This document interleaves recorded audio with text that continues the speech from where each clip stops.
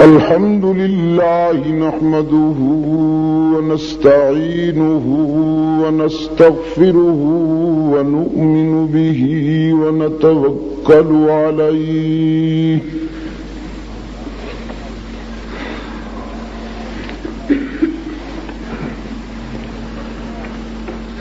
ونعوذ بالله من شرور أنفسنا ومن سيئات أعمالنا من يهده الله فلا مضل له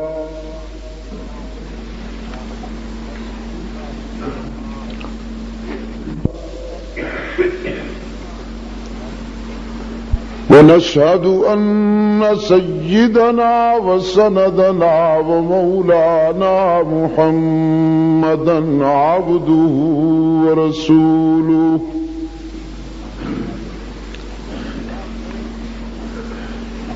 المبعوث إلى الأسود والأحمر لتتميم مكارم الأخلاق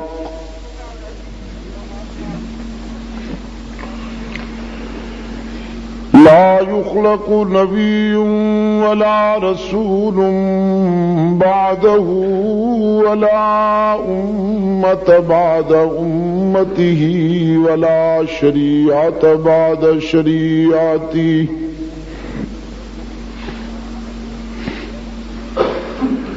ولا كتاب بعد كتابه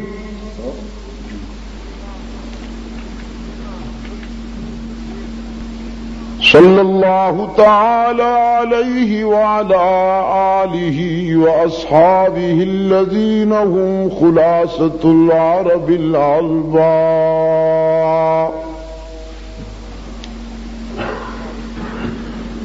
وخير الخلائق بعد الأنبياء وهم كالنجوم في السماء للاهتداء والاقتداء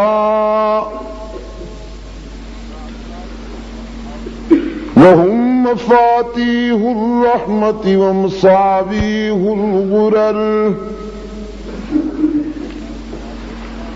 ونشهد أن أمير المؤمنين وإمام المتقين وقاتل المشركين والمرتدين أبا بكر الصديق ولي الله ووصي رسول الله وخليفته بلا فصل أما بعد فأعوذ بالله من الشيطان الرجيم بسم الله الرحمن الرحيم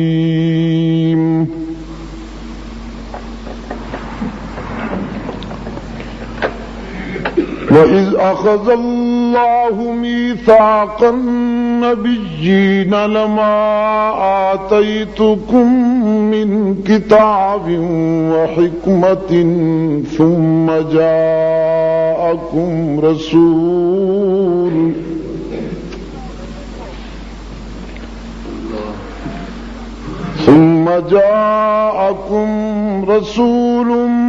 مصدق لما معكم لتؤمنن به ولتنصرنه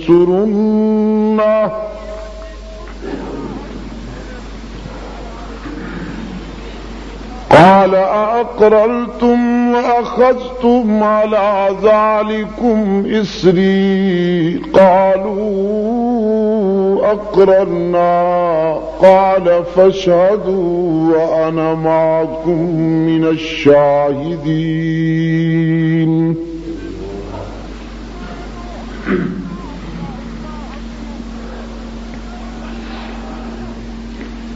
وما تلك بيمينك يا موسى قال هي عصاي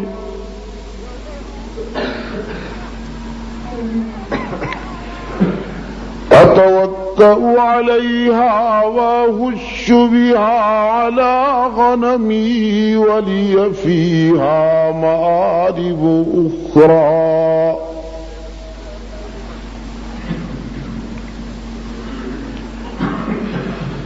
قال ألقها يا موسى فألقاها فإذا هي حية تسعى.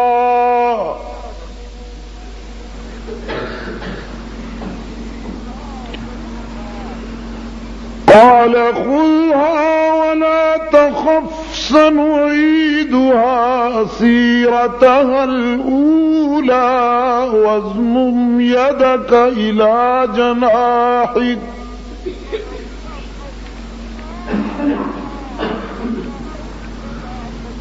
تخرج بيضاء من غير سوء آية أخرى لنريك من آياتنا الكبرى.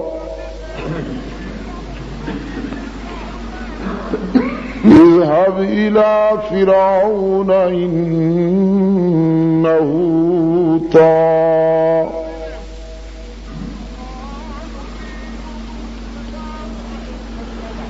قال رب اشرح لي صدري ويسر لي أمري واحلل عقدة من لساني يفقهوا قولي واجعل لي وزيرا من أهلي هارون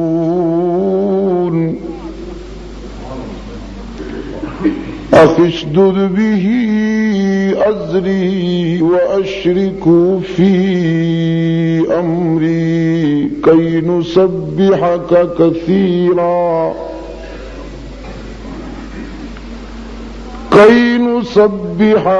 كثيرا ونذكرك كثيرا إنك كنت بنا بصيرا.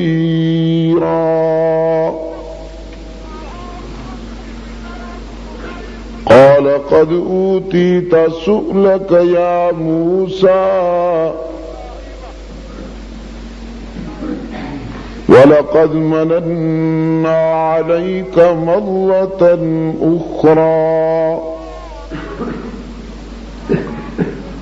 صدق الله مولانا العظيم وصدق رسوله النبي الأمي الكريم ونحن على ذلك لمن الشاهدين والشاكرين والحمد لله رب العالمين.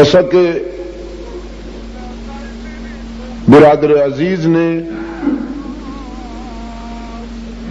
میری روداد غم اگرچہ پشتو میں بیان کی، لیکن کچھ میں بھی سمجھ رہا تھا کہ صوبائی حکومت نے میرے وہاں پہنچتے ہی پورے صوبے میں میرے داخلے پر پابندی عائد کر دی،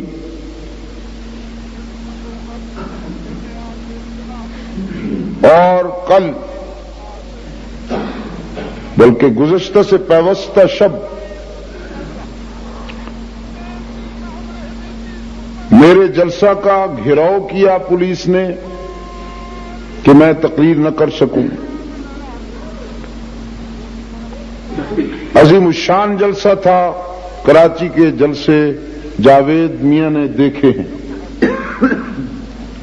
اللہ کے فضل و کرم کے ساتھ سنی نے بہت عرصہ سو کر گزارا ہے، اب جاگ اٹھا ہے، اور جاگا یوں ہے کہ انشاءاللہ پچھلی قضائیں بھی ادا کرے گا۔ شان صحابہ، شان صحابہ۔ اسے دھوکے میں رکھا گیا یا بعض خواب اور گولیاں کھلا کر اسے نشے میں رکھا گیا، یہ سو گیا تھا، بے غیرت نہیں ہوا تھا۔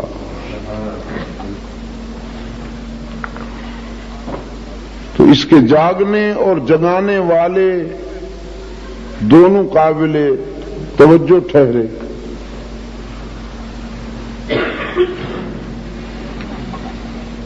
سب کچھ ہو رہا ہے لیکن مجھ پہ پابندی۔ بہرحال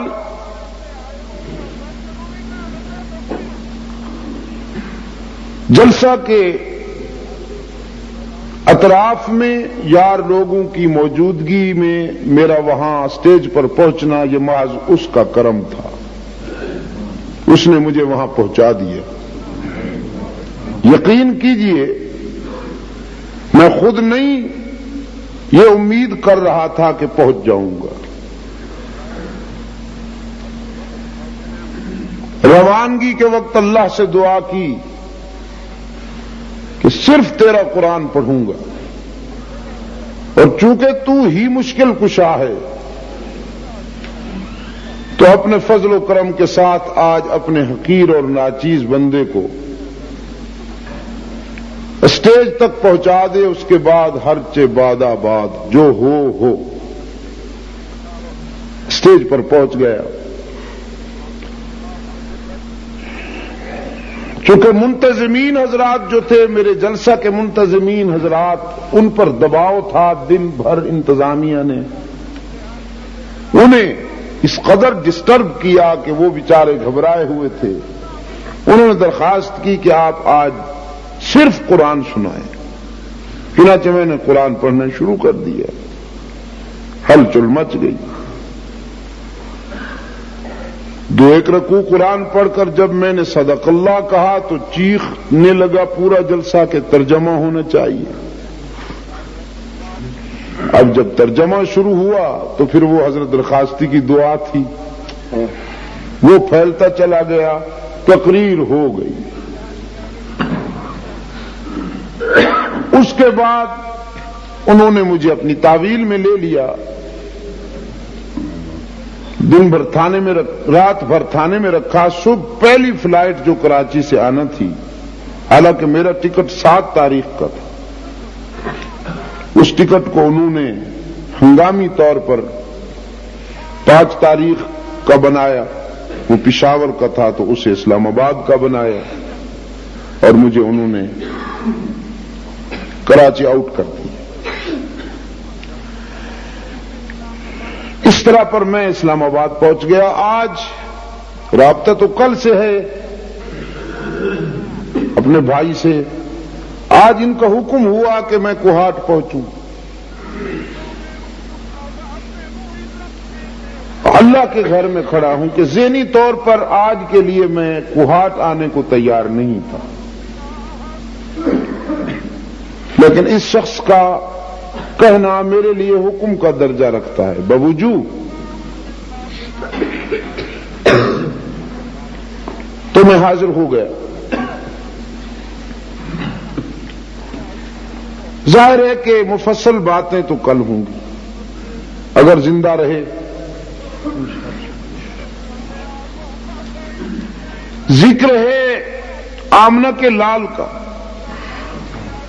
صلی اللہ علیہ وسلم۔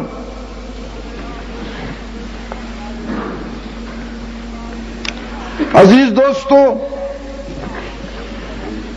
آمنہ کے لال کا تذکرہ اور سرکار دو عالم کی سیرت طیبہ کا موضوع میں کہا کرتا ہوں دنیا کے تمام مضامین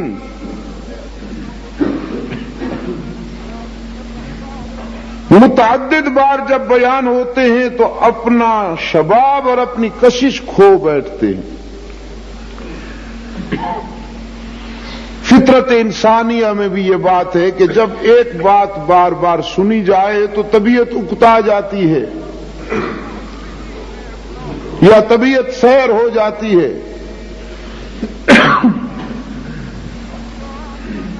لیکن اللہ نے اپنے محبوب کے تذکرے میں ایسی کشش رکھ دی ہے اور اس کو ایسا سدا بہار بنا دیا ہے کہ 1400 سال گزرنے کے باوجود رسول اکرم کی سیرت و تذکرہ کے شباب اور جوانی میں کوئی فرق نہیں آیا۔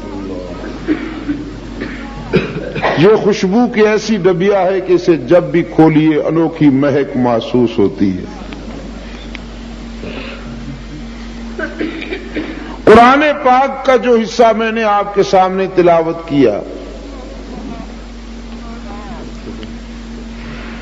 سورہ طٰہٰ کا کچھ حصہ تو نشاط فکر و نظر کے لیے پڑھ لیا۔ خطبے کے آغاز پر ایک پرچی آئی کہ سورہ یوسف سنائی جائے، پھر ادھر سے آواز آئی کہ سورہ مریم پڑھی جائے۔ چنانچہ یہ مطالبہ تو متنازع بن گیا، نہ میں نے سورہ یوسف پڑھی نہ سورہ مریم پڑھی، میں نے سورہ طٰہٰ کا کچھ حصہ پڑھ دیا۔ اگر زندہ رہے تو کل میں آپ کے ارشاد کے مطابق کچھ پڑھوں گا، لیکن آپ کا ارشاد جو ہے وہ ایک ہونا چاہیے، آواز ایک ہونی چاہیے۔ کل مشورہ کر کے آئیے گا۔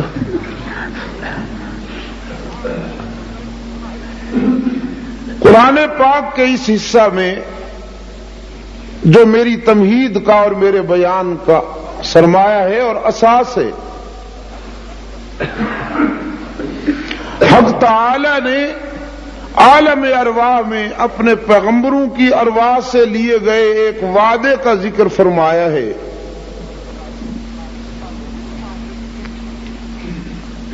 جب یہ عالم رنگ و بو اس شکل میں پیدا نہیں ہوا تھا، یہ دنیا آب و گل اس صورت میں وجود میں نہیں آئی تھی، تو عالم ارواح میں اللہ نے اولاد آدم سے 2 وعدے لیے۔ انسانی ارواح کے اجتماع منعقد فرمائے، روحوں کو اکٹھا کر کے ایک مرتبہ خدا نے اپنی ربوبیت کا اقرار لیا، دوسری مرتبہ اپنے محبوب کی رسالت کا اقرار لیا۔ قرآن میں دونوں وعدوں کی کارروائی موجود ہے۔ چنانچہ اقرار اول کی روداد قرآن پاک نے اس طرح بیان فرمائی ہے۔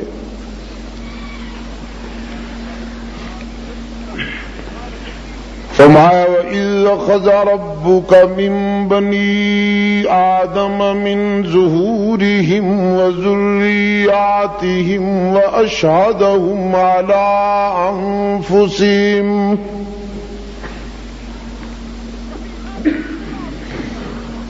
جب تیرے پروردگار نے اولاد آدم سے وعدہ لیا، من بنی آدم،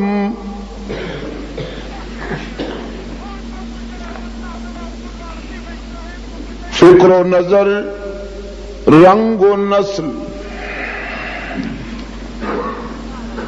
اور قوم و وطن کی امتیاز کے بغیر نظریاتی، سماجی، جغرافیائی، مذہبی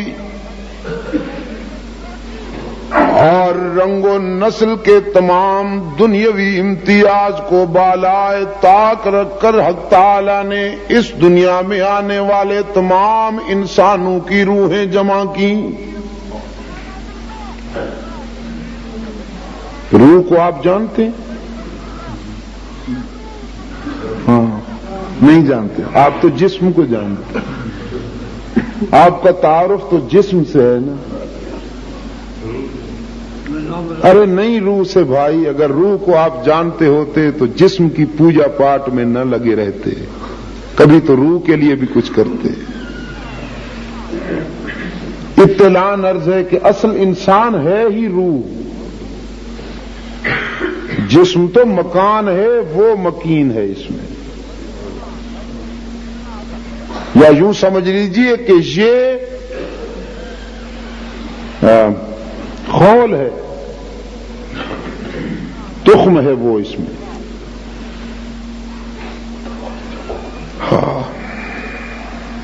ہم نے جسم کی تعمیر میں اور جسم کی نشو و نما میں پوری زندگی گزار دی، کبھی روح کی طرف نہیں سوچا۔ اصل انسان روح ہے جس پر کبھی فنا نہیں آتی۔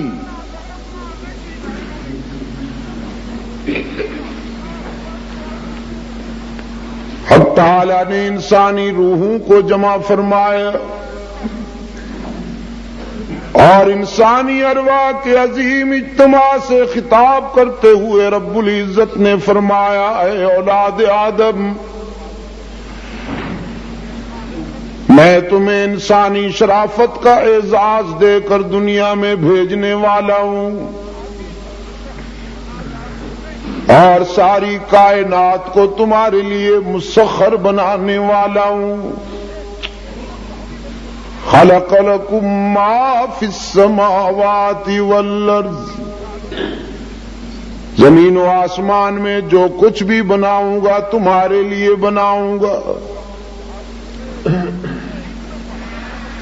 زمین کو تمہارے لیے مسخر کیا جائے گا، تمہارے ٹھکانے کے لیے بچھونا بنایا جائے گا، فراش، اور اس قدر مسخر کر دوں گا کہ وہ زمین جس میں لوہا بھی دفن کیا جائے کچھ دنوں کے بعد وہ اسے مٹی میں بدل دیتی ہے۔ لیکن اے انسان، جب تو اسی زمین میں اپنا دانہ دفن کرے گا تو وہ اسے مٹی میں بدلنے کے بجائے گلزار بنا دے گی، تیرے ایک دانے کو کئی دانوں میں بدل کر تجھے تیری امانت واپس کر دے گی۔ آسمان کو چھت بنا کر اس کے دامن میں کبھی نہ بجھنے والے چراغ جلا دوں گا، ایسے قمقمے، ایسے بلب روشن کر دوں گا جو قیامت تک فیوز نہیں ہوا کریں گے۔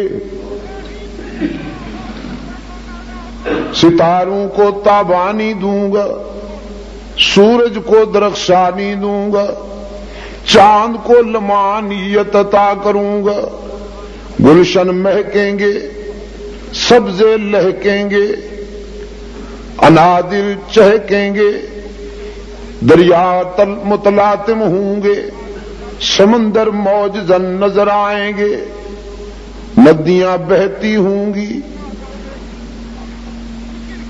اشجار تیرے لیے، مویشی تیرے لیے۔ قرآن پاک نے یاد دہانی کرائی، وَلَكُمْ فِيهَا جَمَالٌ حِينَ تُرِيحُونَ وَحِينَ تَسْرَحُونَ۔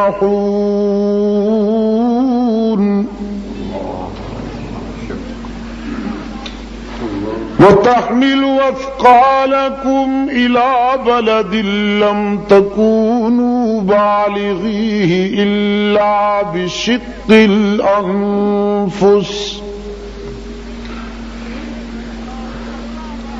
إِنَّ رَبَّكُمْ لَرَءُوفٌ رَّحِيمٌ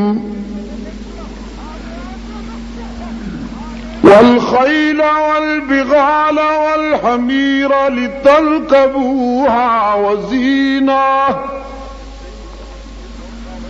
ويخلق ما لا تعلمون. کچھ جانور تیرا بوجھ اٹھائیں گے، کچھ جانور تیری زیب اور زینت بنیں گے، کچھ جانور اپنا گوشت مہیا کریں گے تیری غذا کے لیے، کچھ جانور تجھے دودھ پلائیں گے، کچھ ساری زندگی تیرے پنجرے میں بند رہ کر قید تنہائی میں گزار دیں گے. اور رب کائنات نے فرمایا یہ میرا لطف و کرم ہوگا، یہ میری مہربانی ہوگی کہ تو میرا بنے نہ بنے، لیکن میری مخلوق تیری بغاوت نہیں کرے گی. وہ پوری زندگی تیری اطاعت اور غلامی میں گزار دیں گے. میں تو انہیں بے زبان پیدا کروں گا تاکہ تیرے مظالم اور زیادتیوں کے خلاف دنیا کی کسی عدالت میں استغاثہ دائر نہ کر سکیں. دوسرے مقام پہ فرمایا وَإِنَّ لَكُمْ فِي الْأَنْعَامِ لَعِبْرَةً نُسْقِيكُم مِّمَّا فِي بُطُونِهِ مِن بَيْنِ فَرْثٍ وَدَمٍ لبنا خالصا سائغا للشاربین.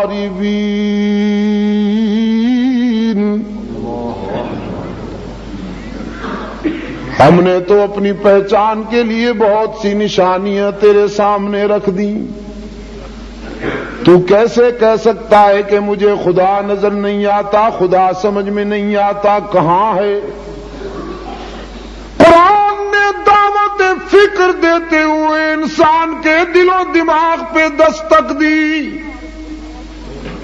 کہ دودھ کا گلاس پینے سے ایک لمحہ پہلے ذرا سوچا کر کے کہاں سے آیا، کس نے بھیجا. تیرے جانور کی رنگت منفی، اس کے خون کا رنگ منفی، اس کی گوبر بدبودار. کبھی سوچا ہے تو نے کہ تیرے گلاس میں آنے والے دودھ میں جانور کی سیاہی کو بھی شامل نہیں ہونے دیتا؟ وہ کون ہے؟ تیرے ظرف میں آنے والے دودھ میں جانور کے خون کی رنگت کو شامل نہیں ہونے دیتا؟ وہ کون ہے؟ تیرے برتن میں آنے والے دودھ میں گوبر کی بدبو کو بھی شامل نہیں ہونے دے رہا؟ وہ کون ہے؟ وہ جانتا ہے نا میرے بندے کا لطیف ذوق ہے. دودھ میں کہیں جانور کی رنگت، خون کی سرخی یا گوبر کی بدبو محسوس کر کے میری نعمت کو قبول کرنے سے انکار نہ کر دے. تینوں منفی چیزوں میں سے نسقیکم مما فی بطونی من بین فرث ودم لبنا خالصا سائغا لبنا خالصا سائغا للشاربین. خوش رنگ اور خوش ذائقہ دودھ کی نہریں جاری کرنے والا کون؟ اللہ. پتہ نہیں آپ نے کیوں آہستہ کہہ دیا؟ یہ نعمت عطا کرنے والا کون؟ اللہ. جب صحیح جواب دیا کیجئے، شاید میں پہلے بتا گیا ہوں۔ اللہ ہی یہ نعمت عطا کرنے والا کون؟ اللہ ہی، اللہ ہی۔ کیونکہ عجم میں ایسے بیمار پیدا ہو گئے جو کہتے ہیں اللہ بھی، تو وہ دوسروں کو راضی کرنے کے لیے دودھ وغیرہ تقسیم کرتے رہتے ہیں اللہ بھی۔ تو اب آپ کے لیے میرے لیے ضروری ہو گیا ہے کہ اللہ ہی، جب نعمت اسی کے ہے تو تقسیم بھی اسی کے نام پہ ہونا چاہیے، نہ نمک حلالی کا تقاضا ہے۔ رب کائنات نے فرمایا یہ ساری نعمتیں عطا کر کے تجھے انسان کامل بنا کے بھیجنے والا ہوں۔ او ابن آدم، تجھے زبان دوں گا، زبان کو قوت گویائی عطا کروں گا، زبان کو قوت گویائی۔ یہ نہیں کہ ایک زبان سکھا دی جائے گی، ایک لینگویج، قوت گویائی ملے گی، تو جہاں رہتا ہوگا وہی زبان بولے گی۔ یہ نہیں کہ اگر یہاں سرحد میں رہنے والے کو پنجاب جانا پڑے تو یہ ٹکڑا بدلنا پڑے، پنجابی زبان لینی پڑے، نہیں، بس ذرا ادھر عقل کی مشینری کام کرے گی، ادھر یہ غلامی کرے گی، تو جس علاقے میں جائے گا یہ وہی زبان بولے گی، قوت گویائی ملے گی۔ آنکھیں عطا کروں گا، آنکھوں کو قوت بینائی ملے گی۔ ہاتھ پاؤں دوں گا، ہاتھوں پاؤں کو چلنے اور پکڑنے کی صلاحیت عطا کروں گا۔ دماغ دوں گا، دماغ کو قوت حافظہ عطا کروں گا۔ رب العالمین نے یہ نعمتیں عطا کی، اور پھر یہ اس کا کرم ہے نا کہ آنکھیں دے کر سوسائٹی اور معاشرے میں کچھ اندھے بھی پیدا کر دیے تاکہ انہیں دیکھ کر اللہ کی اس نعمت کی قدر معلوم ہو سکے۔ زبان کو فصاحت و بلاغت عطا کر کے کچھ گونگے بھی پیدا کر دیے تاکہ انہیں دیکھ کر خدا کی اس نعمت کی قدر معلوم ہو سکے۔ ہاتھوں پاؤں کی سلامتی عطا کر کے کچھ لولے لنگڑے بھی سوسائٹی میں پیدا کر دیے تاکہ انہیں دیکھ کر اللہ کی نعمتوں کا احساس ہو سکے۔ عقل و خرد کی بلندیاں عطا کر کے کچھ فاتر العقل اور پاگل بھی پیدا کر دیے۔ تونگری دولت اور خوشحالی عطا کر کے کبھی کبھی تیرے دروازے پر کوئی سوالی اور منگتا بھی بھیج دیتا ہے تاکہ تیرے غرور کا علاج ہو سکے۔ صحت اور جوانی عطا کر کے، شباب عطا کر کے، کبھی کبھی بستر علالت پر تڑپنے والے بیمار بھی تجھے دکھا دیتا ہے تاکہ تو اس کے حضور سجدہ شکر ادا کر سکے۔ رب العالمین نے فرمایا یہ ساری نعمتیں تیرے لیے، ہوائیں چلیں گی کبھی سر بن کر کبھی صبح بن کر تیرے لیے، صبح کا سویرا تیرے لیے، دن کا اجالا تیرے لیے، راتوں کا اندھیرا تیرے لیے، موسم کی سردی اور گرمی تیرے لیے، آسمان پہ بادلوں کے قافلے رواں دواں ہوں گے جو تیری مردہ زمینوں پر حیات آفرین قطرے برسا کر انہیں زندگی کا پیغام دے جائیں گے۔ رب العالمین نے فرمایا یہ ساری نعمتیں عطا کر کے تجھے دنیا میں بھیجوں گا اے ابن آدم، دنیا میں بھیج کر بھی تجھے تنہا نہیں چھوڑ دوں گا، قدم قدم پہ میری رحمت تیری نگران اور پاسبان ہوگی۔ تو مجھے بھول جائے گا لیکن میں ایک لمحے کے لیے بھی تجھے فراموش نہیں کروں گا۔ میری رحمت تیرے اتنا قریب ہوگی کہ دنیا کا کوئی تعلق، کوئی رشتہ تیرے اتنا قریب نہیں ہوگا۔ قرآن پاک میں ارشاد ہوا اذا سألک عبادی عنی، یہ آپ سے میرا پتہ پوچھتے ہیں، تمنائیں اجڑ گئی، آرزویں پامال ہو گئی، توقعات تہوالا ہو گئی، اب جب کوئی نہیں سنتا تو خدا کا پتہ پوچھتے ہیں۔ انسان بیچارہ فریب خوردہ ہے نا، جب حقیر وسائل اور اسباب اس کے قریب ہوں تو خدا دور، اور جب اسباب و وسائل دور ہو جائیں تو خدا قریب۔ جب صحت مند ہو یا رگوں میں خون ہو تو اس کی اکڑ دیکھا کر، اس کی چال دیکھا کر، ایسے معلوم ہوتا ہے بس یوں ہاتھ کرے تو آسمان کو نیچے گرا لے، اچھل پڑے تو پہاڑوں کو سر کر لے۔ سیدنا حضرت علی المرتضی رضی اللہ تعالیٰ عنہ فرماتے ہیں، اس متکبر اور مغرور انسان سے جا کے کہہ دو جسے خدا بھول گیا، جسے میدے نے فریب دے دیا، اس سے جا کے کہہ دو کہ کبھی بیت الخلا جا کے اپنی شخصیت پہ غور کیا کر کہ تو کیا ہے اور کس سے ٹکراتا ہے۔ رب کائنات نے فرمایا اذا سألک عبادی عنی، جب مایوس انسان آپ سے میرا پتہ پوچھے تو انہیں فرما دیجئے کہ انی قریب، میں تو تمہارے قریب ہوں۔ خدا بندہ کتنا قریب،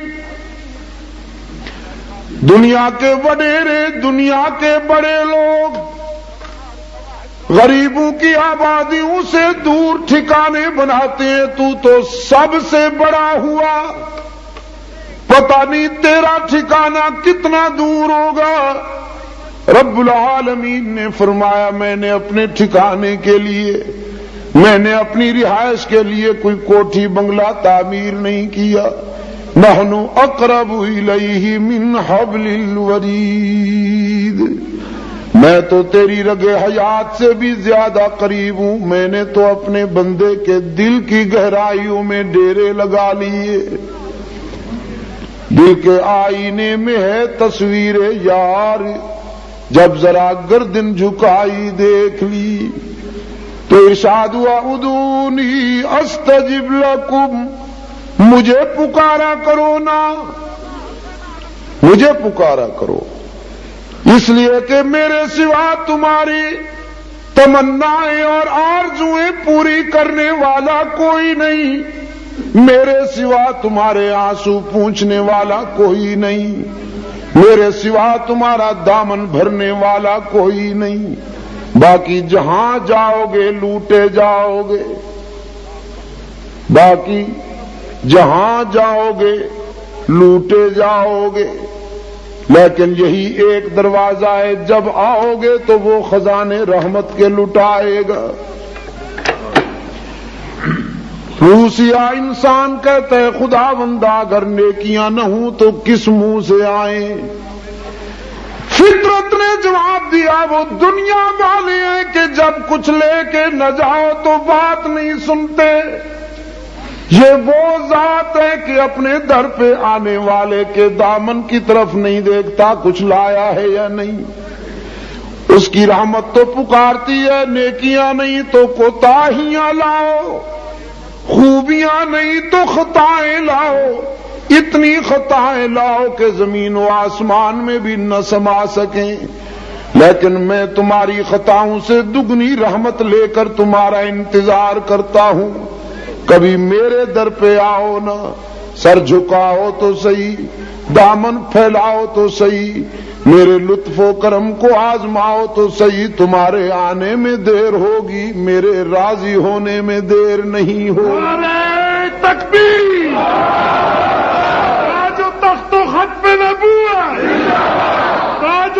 و ختم نبوت.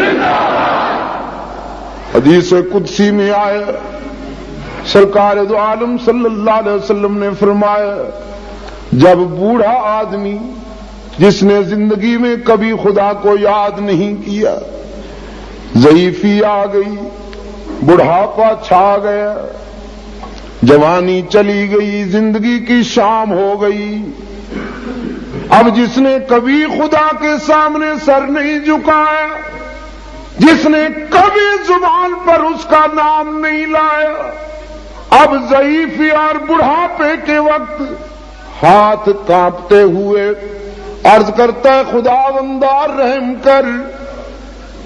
حق تعالی نے فرمایا، میرے محبوب میں اسے تانا نہیں دیتا کہ کل تک تو مجھے یاد نہیں کیا، آج کیسے یاد آ گیا.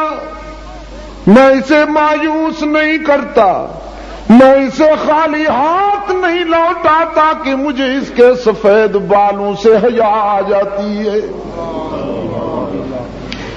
یہ نہیں جانتا تھا، میں تو جانتا ہوں کہ میرے سوا اس کا کوئی نہیں، میں اسے خالی لوٹا دوں تو کہاں جائے گا. رب العالمین نے فرمایا، تمہیں دنیا میں بھیج کے بھی تنہا نہیں چھوڑ دوں گا، قدم قدم پہ میری رحمت تمہاری نگران اور پاسبان ہوگی. تو پھر بتاؤ تمہارا کیا حال ہوگا جب دنیا میں جاؤ گے. الست بربکم، یہاں بتاؤ تمہارا سر کس کے آگے جھکے گا، تم اپنی تمنائیں کس سے وابستہ کرو گے، تم کس کے آگے آنسو بہاؤ گے، تم کس سے رزق اور اولاد مانگو گے. بتاؤ جہاں عالم ارواح میں دنیا میں جانے سے پہلے بتاؤ کہ میں تمہارا رب ہوں یا نہیں. کون ہے تمہارا رب؟ گوہاٹ کے دوستو اب صحیح جواب آ رہا ہے انشاءاللہ، اللہ ہی. میں یہ عرض کر رہا تھا کہ قرآن پاک کا حسن، موزونیت تو دیکھیے کہ دنیا میں بھیجنے سے پہلے بھی خدا نے انسان سے یہی وعدہ لے لیا، الست بربکم. ابھی انسان نے دنیا میں قدم نہیں رکھا تھا تو لفظ رب سماعت سے ٹکرایا، اور جب انسان اس دنیا سے جاتا ہے تو برزخ کے پہلے زینے پر قدم رکھتے ہی آواز آتی ہے، من ربک، تیرا رب کون ہے. اور حدیث پاک میں آتا ہے کہ جس شخص نے دنیا میں کوتاہیاں کی ہوں گی، اعمال میں کمی کی ہوگی، بد عمل ہوگا، بد کردار ہوگا، لیکن اگر بد عقیدہ نہیں ہوگا، مشرک اور بدعتی نہیں ہوگا تو اسے توفیق ملے گی. برزخ میں وہ چیخ کر کہے گا ربی اللہ اللہ. لیکن جس شخص نے نمازیں پڑھ پڑھ کے ماتھے پہ نشان ڈال دیا ہو، جبہ لمبا ہو، بڑا زبردست قسم کا نمازی معلوم ہوتا ہو، لیکن نوافل بھی ادا کرتا ہو، حج بھی بے شمار کیے ہوں، خیرات بھی بڑی دیتا ہو، حضور کا نام بھی بڑا لیتا ہو، لیکن عقیدے میں شرک کی بیماری لگ گئی ہو، سر کئی دروازوں پہ جھکایا ہو، دامن کئی کے آگے پھیلایا ہو، آرزویں کئیوں سے وابستہ کی ہوں، اگر دنیا میں شرک کی بیماری میں مبتلا ہو گیا تو نمازی، زکاتی، خیرات اور حاجی ہونے کے باوجود جب وہاں پوچھا جائے گا من ربو کا تو صحیح جواب نہ بن پڑے گا، آئیں بائیں شائیں کرنے لگے گا، کوئی بات بن نہیں سکے گی. اس لیے عزیز دوستو، اصل روح تو عقیدہ ہے نا، اعمال اس کو سنوارتے ہیں، اعمال اس کے برگ و بار ہیں، بنیاد عقیدہ ہے. تو سب سے پہلے حق تعالی نے فکر انسانی کی تعمیر کرتے ہوئے عالم ارواح میں پوچھا من ربو کا. قرآن پاک کو دیکھیے، قرآن شروع ہوتا ہے تو الحمدللہ رب العالمین. پھر بیچ میں بھی یاد دہانی کراتا جاتا ہے قرآن. ہر 2-3 ورقوں کے بعد رب کا لفظ بار بار آتا ہے.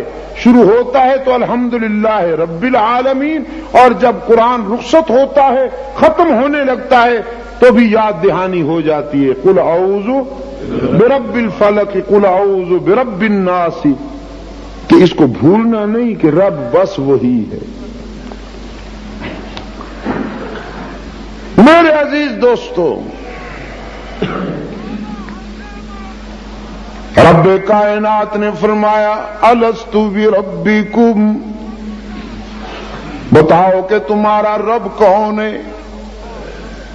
تمام انسانی ارواح نے بیک زبان جواب دیا بلا، بس تو ہی ہمارا رب ہے، تیرے سوا دنیا میں ہم کسی اور کو رب نہیں مانیں گے. ہمارا مشکل کشا بھی تو، حاجت روا بھی تو، کار ساز بھی تو، ہر جگہ موجود بھی تو، رزق دینے والا بھی تو، اولاد دینے والا، بیماریاں دور کرنے والا، ملازمتیں عطا کرنے والا، عزت دینے والا، زندگی اور موت کا مالک تو بس. وعدہ کیا. اب تعالیٰ نے فرمایا یہ وعدہ تو تم نے کر لیا، اب دیکھوں گا دنیا میں جا کے کون اپنے اقرار کو پورا کرتا ہے. وَإِذْ أَخَذَ اللَّهُ مِيثَاقَ النَّبِيِّينَ.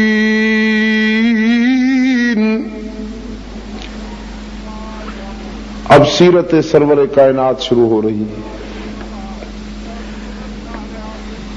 میرے عزیز دوستو، حضور کی سیرت اگر قرآن سے بیان نہ کی جائے تو بہت بڑا ظلم ہے. احادیث کے یا سیرت کی دوسری کتابوں کے حوالے ضرور دیے جائیں، لیکن اصل روح تو قرآن ہے، اس لیے کہ محمد اور قرآن لازم و ملزوم ہے. حضرت سیدہ عائشہ رضی اللہ عنہا جو اسلام کی مریم ہے، جو جنت کی خواتین کی سردار ہے، جو تمام مومنوں کی ماں ہے، ہر حلالی بیٹا اپنی ماں کو پہچانتا ہے اور ہر مسلمان بھی جانتا ہے کہ عائشہ ہماری ماں ہے. میرے عزیز دوستو، سیدہ عائشہ رضی اللہ عنہا سے روحانی بیٹوں نے پوچھا مادر محترمہ ہمیں اپنے آقا کے اخلاق و اطوار اور کردار اور سیرت کا پتہ بتائیے.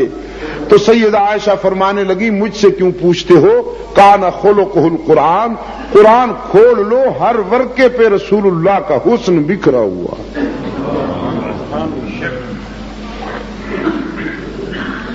اللہ آپ کو بھی اور حضور کی سیرت بیان کرنے والے ہر فرد کو توفیق عطا فرمائے کہ وہ رسول کے ذکر کو قرآن سے مزین کرے.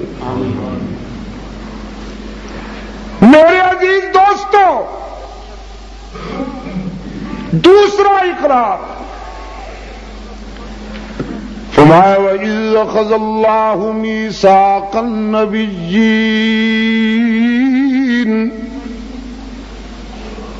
اپنی ربوبیت کا وعدہ لینا تھا، اجتماع عام ہوا.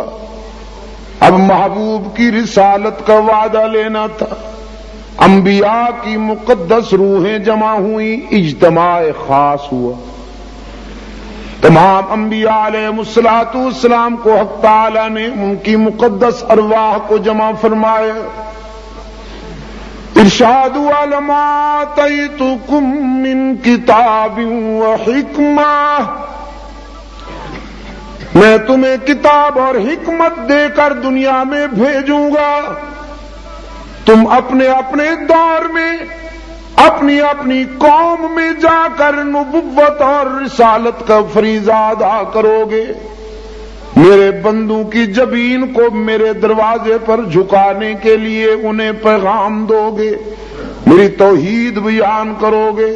کوہاٹ والو، حضرت آدم سے لے کر رحمت عالم صلی اللہ علیہ وسلم تک تمام انبیاء قرائے ارض پر یہی پیغام لائے نا کہ جھکنے کے لیے خدا کے سوا کسی اور کا در نہیں، معبود و مسجود ہر جگہ موجود و مشکل کشا بس وہی ہے، اس کے سوا انبیاء علیہ الصلوۃ والسلام کوئی موقف نہیں لے کے آئے۔ یہ کمبائنڈ مشن ہے انبیاء علیہ الصلوۃ والسلام کا، مشترکہ آواز ہے۔ لما آتیتکم من کتاب و حکمہ، تمہیں کتاب اور حکمت دے کر دنیا میں بھیجوں گا، ثم جاءکم رسول، تم سب کے بعد میرا رسول آئے گا، تم سب کے ثم، تم سب کے بعد، آفٹر یو، تم سب کے بعد آئے گا، آئے گا تو تم سب کے، تمہاری نبوت پر اس وقت کے زمانہ کے لوگوں کو ایمان لانا ضروری، تم سب کے بعد آنے والے میرے محبوب کی رسالت پر تم نبیوں کو بھی ایمان لانا ضروری۔ وہ جس سرزمین پر چلے گا میں اس سرزمین کی قسمیں کھاؤں گا عرش بری پر، وہ جس شہر کا باشندہ ہوگا میں اس شہر کے در و دیوار کی قسمیں کھاؤں گا۔ ارشاد ولا اقسم بہذا البلد، مجھے کیا ضرورت کہ میں اس شہر کی قسمیں کھاؤں، کوئی اس میں ہدایت تو نہیں، کوئی گریننگ تو نہیں، کوئی باغات لگے ہوئے ہیں، جدھر دیکھو خشک پہاڑ سر اٹھائے کھڑے ہیں، جس کے سینے سے آج تک پانی کی ایک بوند نہیں نکل پائی سوائے آب زمزم کے، میں اس کی قسمیں کھاؤں، کیوں کھاؤں؟ لیکن کھا رہا ہوں، کیوں کہ انت حل بہذا البلد، تو جو اس کے گلی کوچوں میں چلتا پھرتا نظر آتا ہے، تیرے قدم جو اس کے گلیوں کو نصیب ہو گئے، تو اب اس کے در و دیوار کی خوش قسمتی یہ ہے کہ میں اس کی قسمیں عرش بری پہ کھاتا ہوں۔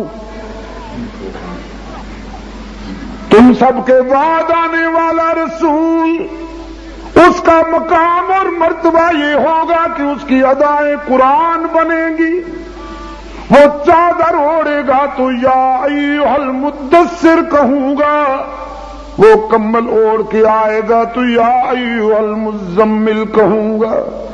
یہ انفرادیت بھی کتنی ایمان افروز ہے کہ حق تعالی نے باقی انبیاء کو نام لے کر پکارا، فرمایا یا آدم ان اصطفیتک علی الناس برسالاتی، کبھی فرمایا یا نوح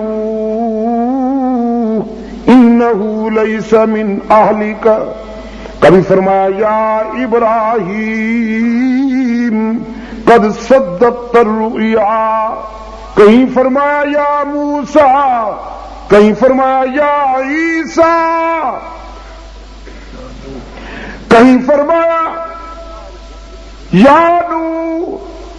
تمام انبیاء علیہ السلام کی سیرت و کردار کا جب قرآن پاک نے تذکرہ کیا ہے تو نظر آتا ہے کہ خدا نے انہیں براہ راست نام لے کر پکارا، لیکن اپنے محبوب کی باری آئی تو یہاں محبت کے آداب ہی انوکھے ہیں، محبت کے آداب ہی انوکھے ہیں۔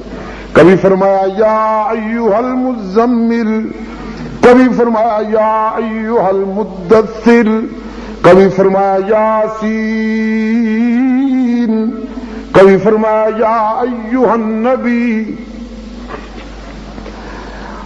حق تعالی نے فرمایا تم سب کے بعد آنے والا میرا محبوب آئے گا تو تم سب کے بعد، لیکن اس کا مقام اور مرتبہ یہ ہوگا کہ وہ بیٹھے گا تو زمین کو سکون مل جائے گا، وہ اٹھے گا تو آسمان کو بلندیاں ملے گی، اس کے پسینے سے گلشن مہک جائیں گے، وہ ہنسے گا تو صبح کو اجالا مل جائے گا، اس کے دندان اقدس کی روشنی سے آسمان کے دامن میں ستارے بکھر جائیں گے۔ تم سب کے بعد آنے والا میرا محبوب حسن کائنات کا نقطہ انتہا بن کے آئے گا. ثم جاءکم رسول، وہ امام الانبیاء بن کے آئے گا، فخر رسول بن کے، مولا کل بن کے، ہادی سبل بن کے، اللہ کا دلبر، کونین کا سرور، ساقی کوثر، شافی محشر، برتر بالا قدر، انبیاء کا افسر بن کے آئے گا. تم سب کے بعد آنے والا حسین ہوگا، ماہجبین ہوگا، نازنین ہوگا، رحمت للعالمین، راحت العاشقین، مراد المشتاقین، امام المرسلین، شفیع المذنبین، ساری کائنات میں بہترین. تم سب کے بعد آنے والا رہبر و رہنما، بدر الدجا، وہ شمس الضحیٰ، خیر الورا، احمد مجتبی، محمد مصطفیٰ صلی اللہ علیہ وسلم. تخت و ختم نبوت، تاج و تخت و ختم نبوت، شان رسالت، مقام صحابہ، نعرہ تکبیر. لَتُؤْمِنُنَّ بِهِ وَلَتَنْصُرُنَّهُ. اب یہاں بتاؤ کہ تم سب کے بعد آنے والے میرے محبوب کی نبوت پر تمہیں ایمان بھی لانا ہوگا، اس کا تعاون بھی کرنا ہوگا. بڑے صغیر کی ایک بدبودار شخصیت مرزا غلام احمد قادیانی، اس نے لکھا ہے کہ یہ جو رسول کی بات ہو رہی ہے، ثم جاءکم رسول، یہ میں ہوں.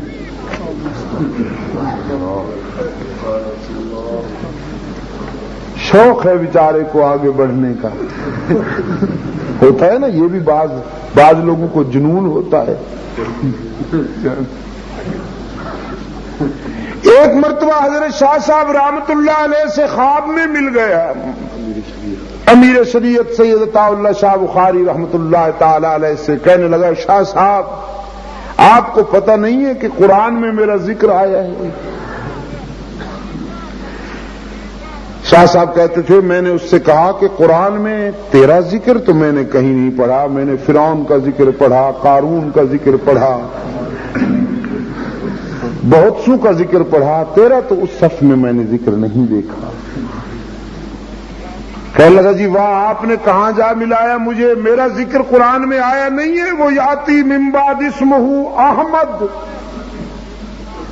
تو جو مجھے مانتے ہیں وہ بھی احمدی کہلاتے ہیں، تو بس میں وہی احمد تو ہوں، مجھے پہچانیے.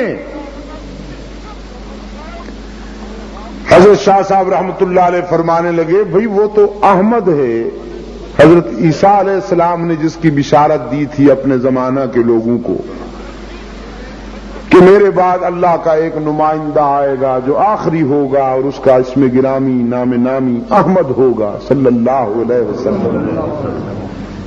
لیکن تو غلام احمد ہے. کہنے لگا، جی غلام اضافی اور غیر ضروری ہے، یہ والدین نے خامخواہ چپکا دیا. اگر غلام کو ہٹا دیا جائے تو احمد نہیں بچتا.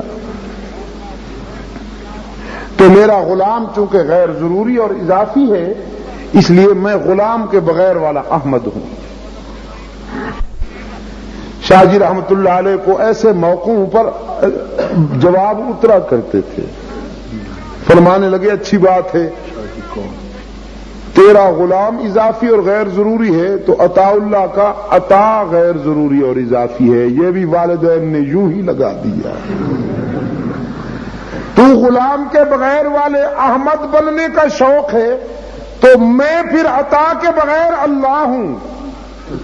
جب اللہ کہہ رہا ہے کہ تو جھوٹا ہے، مردود ہے، بے ایمان ہے، نعرہ تکبیر،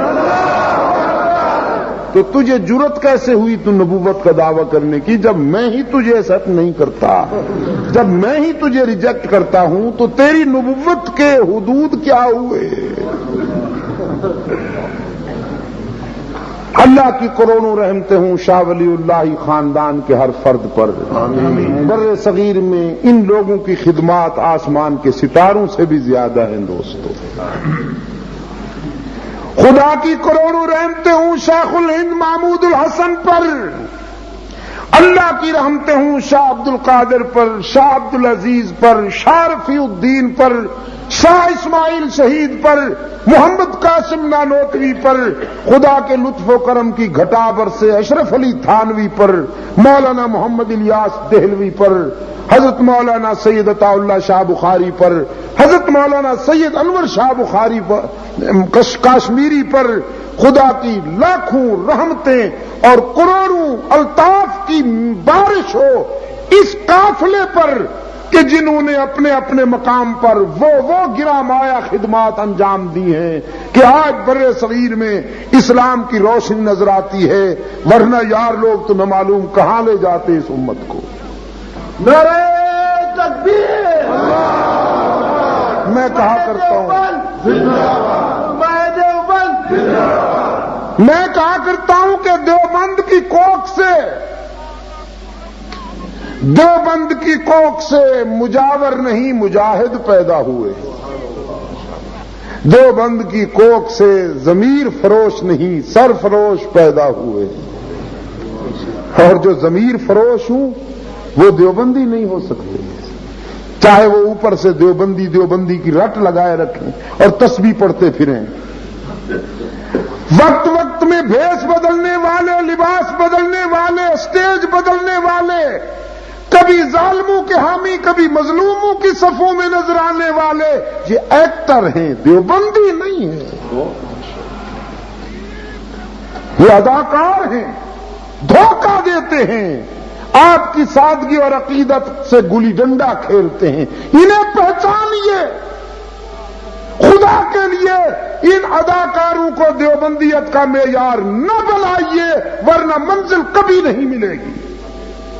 دیوبندیت کا معیار ہے مولانا سید حسین احمد مدنی، دیوبندیت کا معیار ہے شیخ الہند محمود الحسن، دیوبندیت کا معیار ہے اشرف علی تھانوی، دیوبندیت کا معیار ہے محمد الیاس دہلوی، دیوبندیت کا معیار ہے انور شاہ کاشمیری، سید عطا اللہ شاہ بخاری، عبید اللہ سندھی، احمد علی لاہوری، اور یا پھر کم از کم مفتی محمود حضرت درخواستی، یہ دیوبندیت کا معیار ہے۔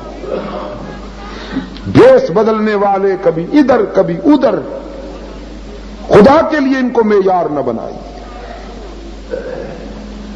میرے عزیز دوستو، بر صغیر میں جو فتنہ اٹھا اسلام کے خلاف اس کے سامنے ڈٹ جانے والا کون ہے؟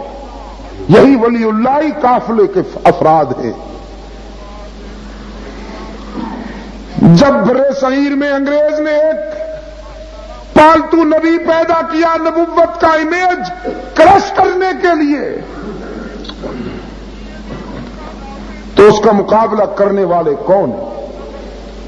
علماء دیوبند۔ جب دشمنان صحابہ نے تاریخ چلائی،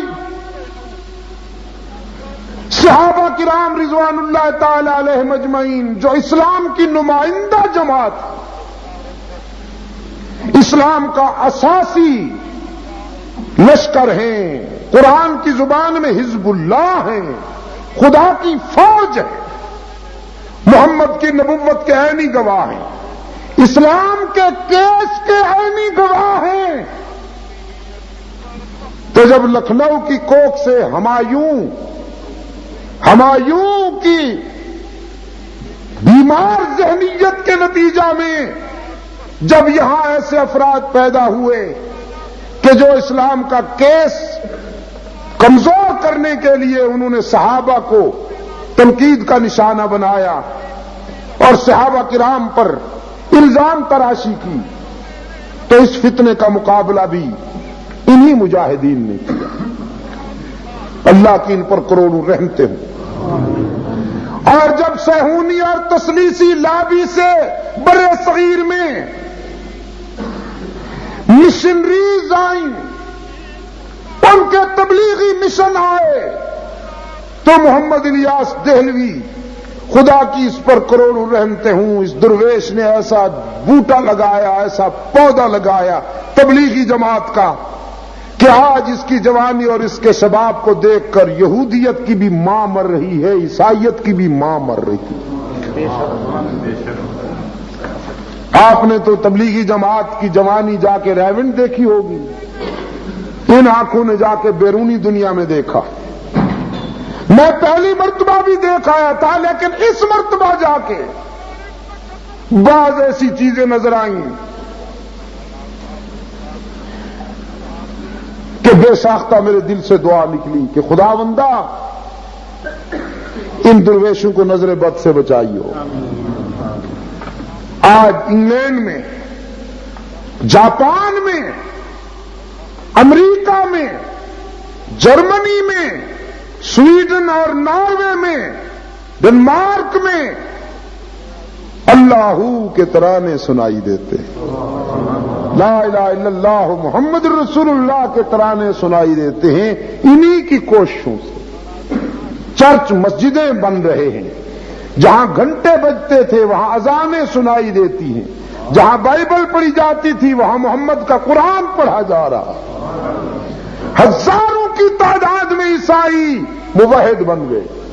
مجھے لندن میں ایک مقام پر کانفرنس کے بعد لٹن سٹون میں ایک انگریز ملا جو مسٹر مائیکل سے محمد یحییٰ بنا، میں اس کا چہرہ دیکھتا ہی رہ گیا۔ اس نے بتایا کہ 11 سال پہلے مجھے اسلام کی دولت نصیب ہوئی۔ میں نے اس سے پوچھا کہ تجھے اسلام کی کون سی ادا پسند آ گئی تھی؟ تو کہنے لگا میں نے تو کوئی اسٹڈی نہیں کی ہے اسلامک لٹریچر کی، میں برٹش پولیس میں تھا، ڈیوزبری میں تبلیغی جماعت کا اجتماع ہو رہا تھا، میری ڈیوٹی تھی۔ میں جب وہاں اس اجتماع میں گیا، میں نے مسلمانوں کو وہاں نماز پڑھتے ہوئے دیکھا کہ ایک آدمی کو نمائندہ بنا کر وہ آگے کر دیتے ہیں اور باقی ہزاروں اس کے پیچھے، کبھی قیام میں، کبھی رکوع میں، کبھی سجدوں میں، کبھی قعود میں اندیکھی ذات کے تصور میں آنسو بہاتے ہیں اور کانپتے لرزتے ہیں۔ تو میرے ضمیر نے فیصلہ کیا کہ مذہب وہی سچا ہے جس کی یہ نمائندگی کرتے ہیں۔ اس نے بتایا پہلے تو مجھے بڑی کراہت محسوس ہوئی جب میں نے ان کو ایک ہی برتن میں 4-5 آدمیوں کو کھاتے دیکھا، تو طبیعت میں ذرا اکتاہٹ پیدا ہوئی کہ کتنے بدذوق ہیں۔ لیکن اس نے کہا ایک دن مجھے انہوں نے اپنے پاس بلایا اور کھانے کی دعوت دی، بے ساختہ میری طبیعت مائل ہو گئی اور میں ان کے ساتھ بیٹھ کر کھانا شروع ہو گیا۔ اب جو 2 لقمے لیے، ایسی لذت محسوس ہوئی، ایسی لذت محسوس ہوئی کہ وہ ڈبل روٹی میں جو ہم وہ سلاد وغیرہ رکھ کے وہ بناتے تھے وہ مصیبت نظر آنے لگی، اور باوجود اس کے کہ میں ان کے مذہب کا آدمی بھی نہیں تھا اور ایک انگریز نما، لیکن کھانا ان کے ساتھ کھایا کرتا تھا۔ پھر حضرت شیخ الحدیث مولانا محمد زکریا مدظلہ کے ہاتھوں پر اسلام نصیب ہوا۔ اس نے بتایا کہ آج اللہ کے فضل و کرم سے میں بھی حافظ ہوں، میری بیوی بھی قرآن کی حافظ ہے، اور اس نے بتایا کہ بحمد اللہ تعالی مجھے بخاری، مسلم، ابو داود اور ترمذی کی ہزاروں احادیث ازبر یاد ہے۔ ذہین تو ہوتے، اب حافظ قرآن بھی ہے، حافظ الحدیث بھی۔ اور اس نے بتایا کہ اس وقت تک بحمد اللہ میری تبلیغ سے 2100 انگریزوں نے اسلام قبول کیا۔ یہ جو پچھلے دنوں آپ نے اخبارات میں پڑھا ہوگا ایک پاپ سنگر مسلمان ہوا ہے، وہ اسی مسٹر محمد یحییٰ کی تبلیغ کے نتیجے میں نے اس سے پوچھا کہ بھی خطیب تو ہم بنے پھرتے ہیں، لوگ ہمیں خطیب العصر کہتے ہیں، پتہ نہیں کیا کیا کہتے ہیں، اور مسلمان لوگ تمہارے ہاتھوں پہ ہو رہے ہیں، یہ تو زیادتی ہے، گر بتاؤ۔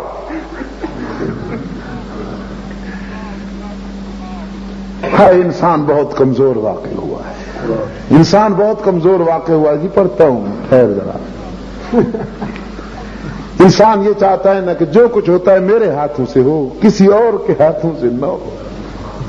مفتی صاحب رحمۃ اللہ علیہ ایک بات فرمایا کرتے تھے، حضرت مولانا مفتی محمود رحمۃ اللہ علیہ، خدا کی کروڑوں رحمتیں ہوں، شاندار زندگی گزار گئے، مثالی زندگی گزار گیا، آنے والی نسلیں رشک کریں گی کہ ہمیں بھی محمود جیسی زندگی ملے۔ فرمایا کرتے تھے اس دور کا مولوی اتنا کمزور ہو گیا ہے کہ کہتا ہے اسلام آتا ہے تو میرے ہاتھوں سے آئے، اگر میرے ہاتھوں سے نہیں آتا تو کسی اور کے ہاتھوں سے نہ آئے، پھر کفر ہی رہے گا۔ عصبیت انتہا کو پہنچ چکی ہے، تنگ نظری حد۔ میں نے اس سے پوچھا بھی محمد یحییٰ تم کوئی گر تو بتاؤ، کیسے مسلمان بنا لیتے ہو عیسائیوں کو؟ جاوید سننے کی بات کہنے لگا، میں ایک ہاتھ میں قرآن لے لیتا ہوں، دوسرے ہاتھ میں بائبل۔ قرآن ایک ہوتا ہے میرے پاس پرانا، اور بائبل کئی نسخے ہوتے ہیں۔ ایک وہ بائبل جو آج سے 100 سال پہلے پرنٹ ہوئی تھی، ایک وہ بائبل جو آج سے 50 سال پہلے پرنٹ ہوئی تھی، ایک وہ بائبل جو آج سے 20 سال پہلے پرنٹ ہوئی تھی، ایک وہ بائبل جو آج سے 10 سال پہلے پرنٹ ہوئی تھی، اور ایک وہ بائبل جو اس وقت۔ میں وہ تمام نسخے ان کو دکھاتا ہوں کہ دیکھو جو باتیں 100 سال والی میں لکھی ہوئی ہیں وہ اس کے بعد جو 50 سال بعد چھپی ہے اس میں نہیں ہے، جو باتیں 50 سال پہلے والی میں لکھی ہوئی ہیں 100 سال والی میں نہیں ہے۔ ان کو آپس میں ملاؤ، ان کی عبارات ٹکراتی ہیں، ان کے جملوں میں فرق ہے، ان کے مفہوم میں فرق ہے، لیکن 1400 سال کا سفر کر کے محمد کا قرآن تمہارے سامنے کھڑا ہے، اس میں کوئی فرق تو بتاؤ۔ 14 صدیاں کوئی معمولی بات ہے؟ تم اپنی بائبل کو چند سالوں میں بھی تحریف سے نہیں بچا سکتے ہو، ہر آنے والا اس میں کوئی نہ کوئی نئی بات گھسیڑ دیتا ہے، لیکن محمد کا قرآن تمہیں دعوت فکر دیتا ہے، اس میں کوئی تبدیلی تو دکھاؤ، اس کی کوئی منزل، اس کی کوئی صورت، اس کا کوئی پارا، اس کا کوئی پاؤ، رکوع، آیت، جملہ یا لفظ بدلا ہوا دکھاؤ۔ یہ قرآن کا اعجاز ہے کہ یہ محفوظ تھا، محفوظ ہے اور محفوظ رہے گا، اور اس کا محافظ نہ مولوی ہے، نہ فقیہ، نہ حاکم ہے، نہ رعایا، نہ سائنسدان ہے، نہ کوئی اور، اس کا محافظ وہی ہے۔ قراء حضرات اللہ انہیں جزائے خیر عطا فرمائے جو نسل انسانی کے سینوں میں قرآن کی روشنی بھر رہے ہیں، لیکن قراء حضرات اور معلمین حضرات کبھی یہ نہ سوچنے لگے بھولے سے کہ ہم قرآن کی حفاظت کر رہے ہیں۔ بخدا آپ قرآن کی حفاظت نہیں کر رہے، اصل بات یہ ہے کہ قرآن آپ کی حفاظت کر رہا ہے، قرآن ہمارا محافظ ہے۔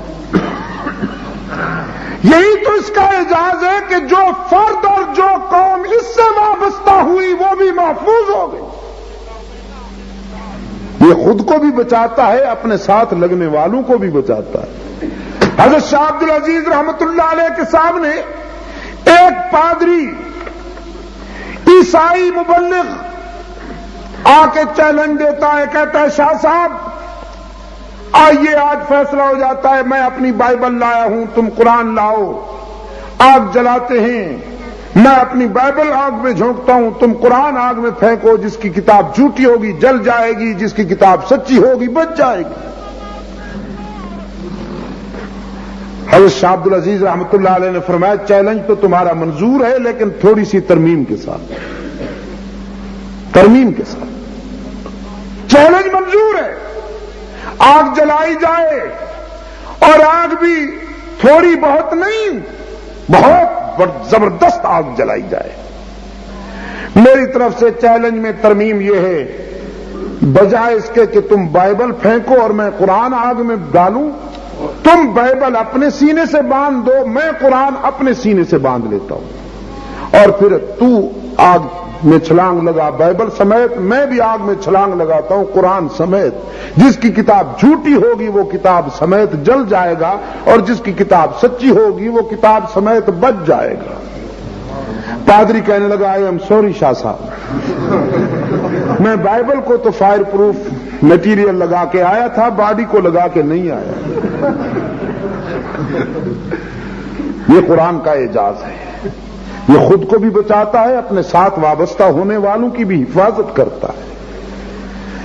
میرے عزیز دوستوں، تو محمد یحییٰ کہنے لگا جب میں یہ تجزیہ کرتا ہوں ان کے سامنے کہ دنیا کی ہر کتاب، ہر عبارت، ہر افسانہ، ہر کہانی بدلی گئی، لیکن محمد کا قرآن ہے یہ نہ بدلا جا سکا، نہ بدل رہا ہے اور نہ بدلے گا۔ اس نے یہ ثابت کر دیا ہے کہ جو اس کو بدلنے کی کوشش کرے گا وہ خود بدل جائے گا، قرآن نہیں بدلے گا۔ جس نے قرآن کو بدلنا چاہا وہ خود بدل گیا۔ اور بدلا کیسے؟ وہ اس کی ٹانگیں چار ہو گئیں یا اس کے سینگ نکل آئے؟ نہ، اس کے بدلنے کی دلیل آج بتا دوں کوہاٹ والوں اور وہاں والوں، جہاں جہاں تک میری آواز پہنچے گی، پتہ نہیں یہ کیسٹیں کہاں کہاں پہنچیں گی۔ میں ان سب کو خطاب کر کے کہتا ہوں کہ جو قرآن کو بدلنے کی کوشش کرے گا وہ خود بدل جائے گا، اور اس کے بدلنے کی دلیل یہ ہے فزیکلی کہ اس کے اعمال و افکار حرمین شریفین سے نہیں ملیں گے، وہ حرمین سے جدا ہو جائے گا۔ اس کی اذان حرم شریف کی اذان سے نہیں ملے گی، اس کا کلمہ حرم شریف کے کلمے سے نہیں ملے گا، اس کی عبادات حرم شریف کی عبادات سے نہیں ملے گی، اس کی تسکین حرمین شریفین میں نہیں ہوگی، وہ اپنے گھر میں بنا لے گا، ادھر سکون نہیں ملے گا۔ یہ اس بات کی دلیل ہے کہ اس نے قرآن کو بدلنا چاہا، قرآن تو نہیں بدلا، خود بدل گیا۔ کیوں نہیں ذکری؟ کیوں یہ جو اذان میں شامل کیا ہوا یار لوگوں نے، کوئی اذان سے پہلے صلاۃ و سلام اونچی آواز سے پڑھ رہا ہے، کوئی اذان میں حضرت علی المرتضیٰ کا نام لے رہا ہے، ارشاد ہوتا ہے چونکہ ہمیں حضرت علی سے محبت ہے اس لیے ہم نام لیتے ہیں۔ میں نے کہا واہ محبت کے ٹھیکیدار، ہمیں محبت نہ ہوئی، تمہیں انوکھی محبت ہوئی۔ حضرت علی رضی اللہ تعالیٰ عنہ کا سچا وارث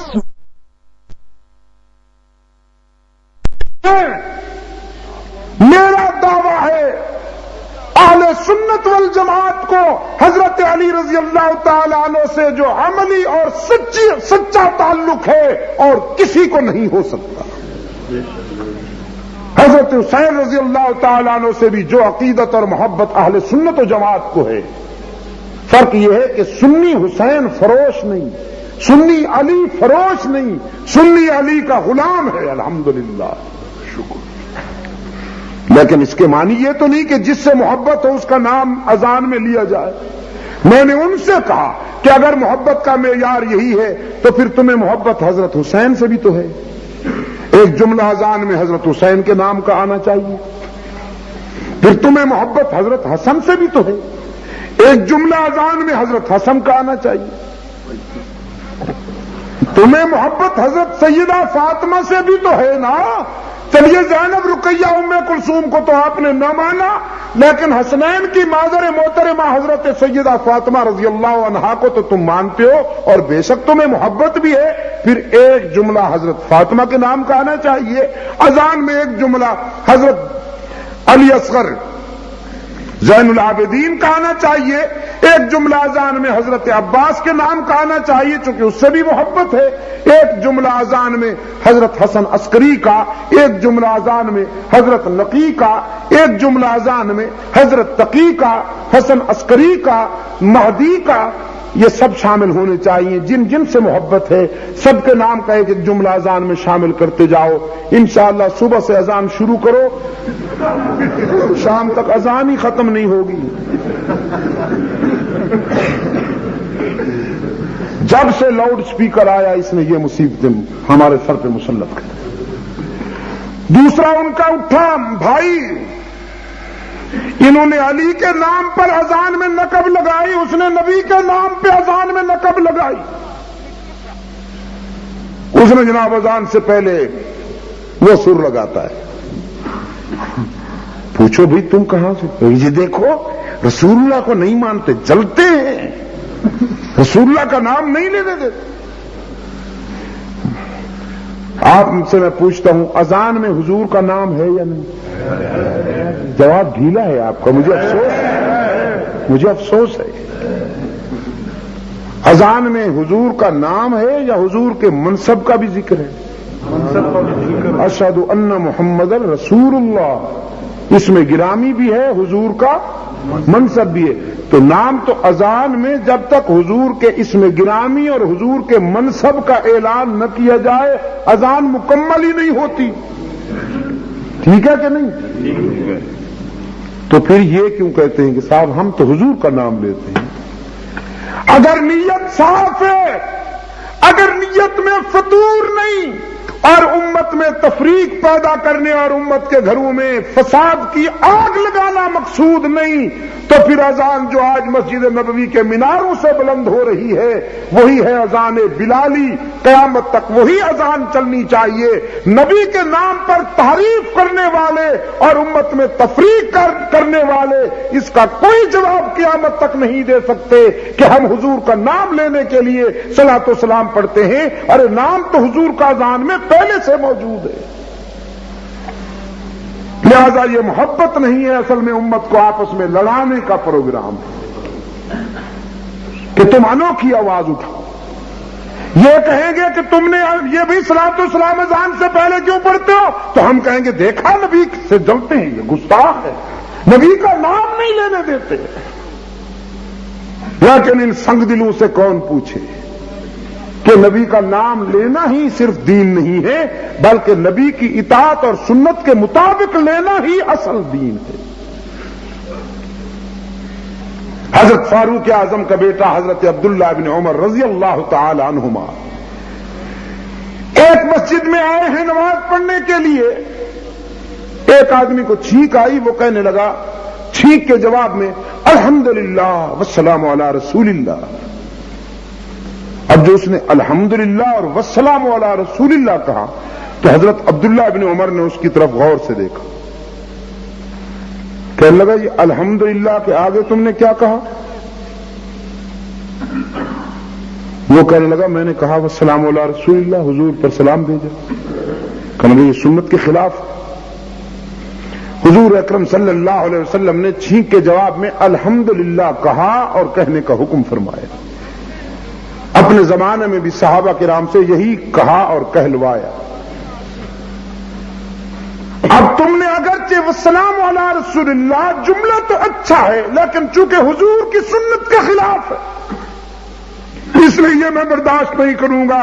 اپنے ساتھی سے کہنے لگے اٹھو اس مسجد سے، ہم اس جگہ نماز نہیں پڑھیں گے جہاں حضور کی سنتوں کے خلاف عمل ہو رہا ہو۔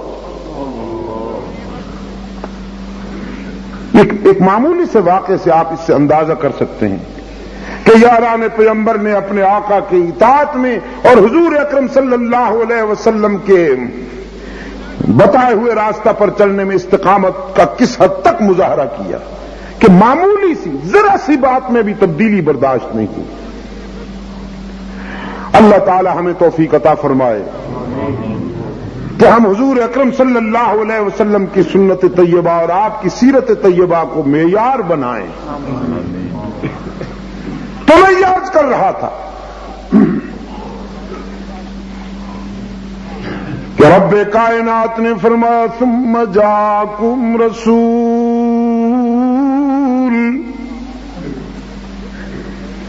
تم سب کے بعد میرا رسول آئے گا صلی اللہ علیہ وسلم۔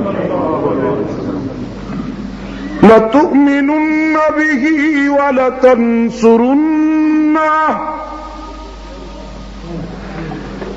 دنیا میں جانے سے پہلے یہاں وعدہ کرو کہ اس کی رسالت پر ایمان بھی لاؤ گے، تعاون بھی کرو گے۔ قال اقررتم واخذتم على ذلكم اصری۔ رب العالمین نے انبیاء سے پوچھا یہ وعدہ کرتے ہو یا نہیں؟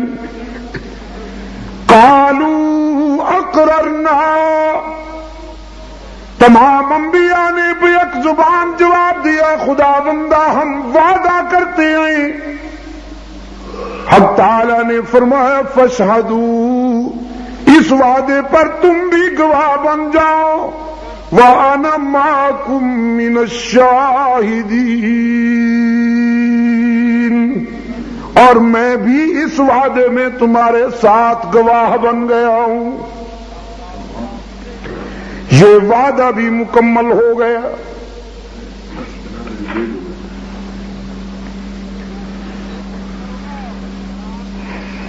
انبیاء علیہ السلام کی ارواح میں حضرت ابراہیم علیہ السلام کی روح بھی تو موجود ہے نا۔ سیدنا ابراہیم کے دل کی گہرائیوں میں یہ تمنا پیدا ہوئی کہ وہ محبوب خدا جو سب کے بعد آئے گا اور سب کا امام بن کے آئے گا، اگر میری اولاد میں سے آ جائے میرا فخر سارے انبیاء میں، سر میرا فخر سے بلند ہو جائے گا۔ سیدنا ابراہیم علیہ السلام موقع کی انتظار میں ہے کہ کوئی ایسا موقع ہے جب اس کا لطف و کرم متوجہ ہو تو میں اپنی آرزو پیش کروں۔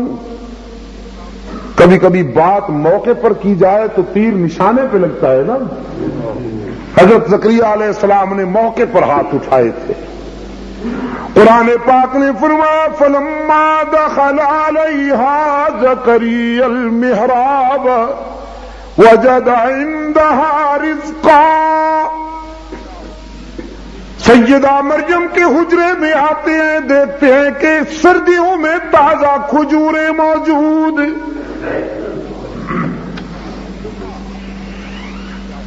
قال یا مریم انّا لک ھذا، حضرت زکریا فرماتے ہیں بیٹی مریم یہ کہاں سے آ گئے، اس کا تو موسم نہیں۔ سیدہ مریم نعرہ لگاتی ہیں ہوا من عند اللہ، صدقے جاؤں یہ اسی کا احسان ہے۔ وہ مریم تھی، اس دور کی بیمار عورت نہیں تھی کہ پیر جی ساریاں تہاڈیاں مہربانیاں دی بات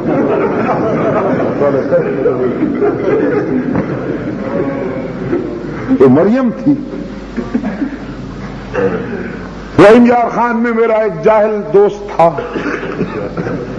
مجھ سے اس نے کہا شاہ صاحب تعویذ لکھ کے دے دو، کئی سال ہوئے بیٹا نہیں ہوتا، بال سفید آ گئے ہیں۔ میں نے سوچا اگر میں نہیں لکھ دیتا ہوں تو یہ کسی کاروباری کے ہاں پھنسے گا۔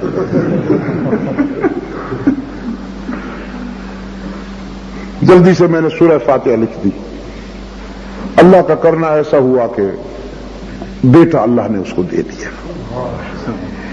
ایک عرصے کے بعد جب میں اس علاقے میں آیا مجھے پتا چلا کہ فلاں چودھری صاحب کو اللہ نے بیٹا دیا ہے، تو میں مبارکباد دینے کے لیے چلا گیا۔ میری جیپ کو دیکھ کر دور سے جب اسے پتا چلا کہ وہ آ رہے ہیں، فرط جذبات میں اٹھا، یوں کیے ہوئے دوڑا اور آ کے مجھے گلے سے لگا کے میں نے کہا چودھری صاحب مبارک ہو، اللہ نے آپ کو بیٹا دے دیا۔ مجھے چھوڑ کے کہتا ہے خدا کا نام مت لو، اللہ نے دیا، مہربانی ساریاں تہاڈیاں تے نہ خدا دا لیندے ہو۔ اللہ نے دینا ہوندا تے پہلے دے دیندا، میں تے او نہ ہی پیراں دتا رکھے۔ میں نے کہا خدا بندہ یہ تیرا نافہم بندہ ہے، کہیں گرفت نہ ہو جائے۔ کچھ دنوں کے بعد پتہ چلا کہ بچہ فوت ہو گیا۔ یہ اس کی امانت ہوتی، وہ دے دیتا ہے پھر لے لیتا ہے۔ جب دیتا ہے تو کوئی روکنے والا نہیں، جب لیتا ہے تو کوئی پوچھنے والا نہیں۔ مجھے پتا چلا کہ وہ بچہ فوت ہو گیا ہے، میرا آنا اس علاقے میں پھر ہوا تو میں تعزیت کے لیے چلا گیا، اب چہرہ لٹکا ہوا ہے، حالت خراب ہے، اب نہ وہ میرے استقبال کے لیے اٹھا اور نہ وہ چہک تھی۔ میں بھی جا کے بیٹھ گیا، دعا کی، اس کے بعد میں نے کہا اللہ کی مرضی، تو کہتا ہے ہاں خدا کی مرضی۔ میں نے کہا شاباش، تلک اذن قسمت دیزا، پیدا ہو تو پیران دیتا، مر جائے تو اللہ کی مرضی۔ اس کا مطلب ہے دیتے پیر ہیں، خدا کا کام ہے کہ وہ گردنیں مروڑتا ہے۔ انا للہ و انا الیہ راجعون۔ سیدہ مریم نے نعرہ لگایا، یہ نہیں فرمایا کہ آپ کی مہربانی ہے۔ حضرت زکریا اللہ کے پیغمبر ہے نا، لیکن مریم نے یہ نہیں فرمایا کہ ہی من عندک، یہ آپ کے کرم سے ہے۔ نعرہ لگایا ہوا من عند اللہ، یہ اسی کا کرم، اسی کی مہربانی سے۔ حضرت زکریا علیہ السلام سوچتے ہیں وہ دیتا تو ضرور ہے لیکن اس کے ضابطے ہیں، کچھ اصول ہیں، موسم کے مطابق دیتا ہے، یہ کھجوروں کا موسم نہیں، اور کولڈ سٹوریج ابھی بنے نہیں تھے، یہ فریزر آئے نہیں تھے۔ سیدہ مریم نے حضرت زکریا علیہ السلام کے سامنے مزید وضاحت کی، فرمایا ان اللہ یرزق من یشاء بغیر حساب، جب وہ دینے پہ آتا ہے تو پھر موسم کو بھی نہیں دیکھتا، حساب بھی نہیں کرتا، بے موسم دیتا ہے، بے حساب دیتا ہے۔ موقع آ گیا نا، جناب زکریا نے بھی ہاتھ اٹھا لیے، حضرت زکریا نے بھی دامن پھیلا لیا۔ قرآن کہتا ہے ہنالک دعا زکریا ربہ، اب حضرت زکریا نے بھی اپنے داتا کو پکارا۔ کبھی نہیں کہا تھا یہ جملہ، یہ دعا، یہ تمنا کبھی نہیں کہی، آج ظاہر کی کہ ربی هب لی من لدنک ذریۃ طیبہ۔ اگر مریم کو بے موسمی کھجور، بے موسم فروٹ پہنچا سکتا ہے تو اپنے بوڑھے زکریا کو بیٹا بھی عطا کر، لیکن بیٹا بھی تجھ سے ایسا مانگتا ہوں کہ جس کی جوانی رشک ملکوت ہو۔ بد کردار بیٹا نہیں مانگتا، ایسا بیٹا نہیں مانگتا جس کی جوانی پورے خاندان کی آبرو کا جنازہ نکال دے، نیک بیٹا مانگتا ہے۔ رب العالمین نے فرمایا جبرائیل جلدی جاؤ، آج اکیلے بھی نہ جاؤ، پورا وفد لے کے جاؤ، فرشتے اور بھی ساتھ لے جاؤ، اور اتنے جلدی جاؤ کہ میرے زکریا کی دعا ختم نہ ہو، زکریا کے تمنا میں اٹھنے والے ہاتھ چہرے پر نہ پھرنے پائیں کہ میری طرف سے بشارت پہلے سنا دو۔ قرآن پاک نے فرمایا فنادتہ الملائکہ، فرشتوں نے پکارا، وَهُوَ قَائِمٌ يُصَلِّي فِي الْمِحْرَابِ، جبکہ زکریا کی ابھی دعائیں جاری ہیں، ابھی آرزویں جاری ہیں۔ فرشتوں نے جناب زکریا کو پکارا کہ ان اللہ یبشرک بیحییٰ مصدقا بکلمات من اللہ وسیدا وحصورا ونبیا من الصالحین۔ زکریا عرش بری سے تبریک آئی ہے، بشارت آئی ہے کہ اللہ نے بیٹا دینے کا فیصلہ کر لیا، وہ مصدق ہوگا، اللہ کی باتوں کا مصدق اور مؤید ہوگا، سید ہوگا، پاک دامن ہوگا۔ تیرا بیٹا اتنا پاک دامن ہوگا کہ دامن نچوڑے گا تو فرشتے وضو کرنا فخر سمجھیں گے۔ اور رب العالمین نے فرمایا زکریا تیرے بیٹے کا نام بھی میں خود رکھتا ہوں، وہ پسر تیرا ہوگا، پیغمبر میرا ہوگا۔ اب عرض کرتے ہیں انا یکون لی غلام، میں نے مانگا تھا، تو نے دینے کا اعلان کر دیا، مگر اب ہوگا کیسے؟ میں بڑھاپے کی اس عمر میں ہوں کہ بیٹے کا تصور بھی نہیں کیا جا سکتا، بیوی بیٹے جننے کے بچے جننے کے قابل ہی نہیں رہی، میں ضعیف وہ عاقرہ، کیسے ہوگا؟ انا یکون لی غلام وکانت امراتی عاقرا وقد بلغت من الکبر عتیا۔ کتنا پیچیدہ سوال ہے، کتنی عجیب بات ہے، خدا نے چٹکی میں جواب دیا۔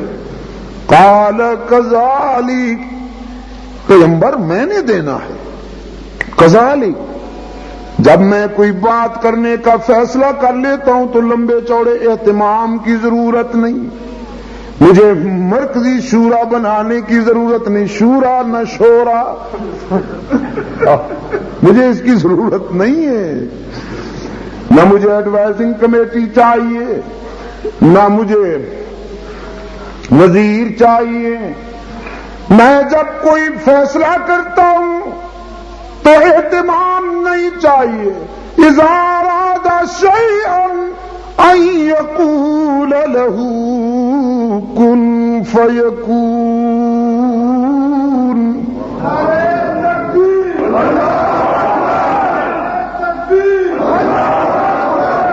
میں نے کن کہا تو آسمان بلند ہو گیا، میں نے کن کہا تو زمین بچھ گئی، میں نے کن کہا تو سبزے لہکنے لگے، میں نے کن کہا تو ستارے چمکنے لگے، میں نے کن کہا تو چاند کا دامن چاندنی سے معمور ہو گیا، میں نے کن کہا تو سورج کرنے لے کے آیا، میں نے کن کہا تو صبح کی جبین پر سویرا بکھر گیا، میں نے کن کہا تو رات اندھیرا لے کے آئی، میں نے کن کہا تو کائنات منظم ہو گئی، اب کن کہوں گا تجھے بڑھاپے میں بیٹا بھی مل جائے گا۔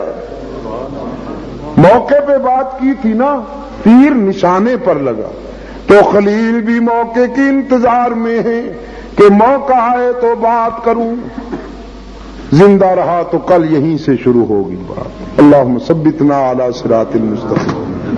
آپ تو یوں بیٹھے ہیں جیسے پورا ایک ہفتہ آرام کر کے آیا ہوں اور آج پوری رات کھڑا رہوں گا۔ کل انشاءاللہ اگر زندگی رہی تو ذکر محبوب طویل ہوگا، یہ بتا دوں، خوب آرام کر کے آئیے گا، دن کو سوئیے گا اور رات کو انشاءاللہ ذکر محبوب طویل ہوگا اور اسی جگہ ہوگا اگر زندہ رہے۔ اللہم ثبتنا علی صراط المستقیم، اللہم زینا بزینت الاسلام وجعلنا ہداة مہتدین، نور قلوبنا بنور الایمان، اللہم احسن اخلاقنا بنور القرآن۔ پروردگار عالم ہماری دنیا کو اور عقبہ کو کامیاب بنا، ہماری خطاؤں کو معاف فرما۔ خداوندہ ہمیں فریب دنیا نے تباہی کے کنارے پہنچا دیا ہے، تو ہمیں اس تباہی سے بچانے والا ہے، تیرے سوا ہمارا کوئی دستگیر نہیں، تیرے سوا ہمارا کوئی کارساز نہیں۔ پروردگار عالم تو ہی ہمارا مشکل کشا ہے، تو ہی ہمارا حاجت روا ہے۔ خداوندہ ہمیں دونوں جہانوں میں سربلند کر دے، ہماری سری جاری جلی خفی کوتاہیوں کو معاف فرما دے۔ خداوندہ ہمیں ذکر رسول پر عمل کی توفیق عطا فرما، سیرت منانے والوں میں بلکہ اس سے زیادہ سیرت رسول کو اپنانے والوں میں شامل فرما، اس لیے کہ رسول کی سیرت منانے کی چیز نہیں ہے، اپنانے کی چیز ہے دوستو۔ خداوندہ ہماری جبین کو اپنے در کے سجدوں سے آباد کر دے، ہمارے دل کو اپنے محبوب کی محبت سے، صحابہ کرام، اہل بیت، تابعین، ائمہ اور اولیاء دین، شہداء صالحین کی عملی محبت سے ہمارے دل کی دنیا کو آباد کر دے، جو تیرے دوست ہیں ان سے قریب کر دے، جو تجھ سے دور ہیں ان سے دور رہنے کی جرأت عطا فرما۔ خداوندہ ہمارے دل کی گہرائیوں سے ساری دنیا کے خوف نکال دے، اپنے تقوی کا چراغ جلا دے۔ خداوندہ ہمیں اسلاف کے ساتھ عملی نسبت عطا فرما، پاکستان کو امن و سلامتی کا گہوارہ بنا، قرآن و سنت کے آئین سے اس کو امن و سلامتی کا گہوارہ بنا، دور خلافت راشدہ کے احیاء کے لیے ہمیں اپنا فرض ادا کرنے کی توفیق عطا فرما۔ مجلس تحفظ حقوق اہل سنت و جماعت پاکستان جو اس ملک میں ناموس صحابہ کے تحفظ اور اہل سنت و جماعت کے قومی و ملی حقوق کے تحفظ کی دعویدار ہے، خداوندہ ہمیں اس نازک پروگرام میں استقامت عطا فرما اور ہمیں اپنے مشن میں سچائی کے جذبہ کے ساتھ منزل تک پہنچا۔ جتنی بھی دینی جماعتیں اخلاص کے ساتھ کام کرنے والی ہیں خداوندہ ان سب کو کامیابی سے ہمکنار کرنا۔ یہاں کوہاٹ کی تنظیم اللہ کے فضل و کرم کے ساتھ تیرے ساتھیوں نے، تیرے رفقا نے، تیرے وہ دست و بازو کہ جن کے بل پر تو پرواز کرتا تھا، تیری جلائی ہوئی شمع کو روشن رکھا ہوا ہے، اور تیرا بیٹا بھی اللہ کے فضل و کرم کے ساتھ تیری توقعات پہ پورا اتر رہا ہے، اللہ ہی نے نظر بد سے بچایا۔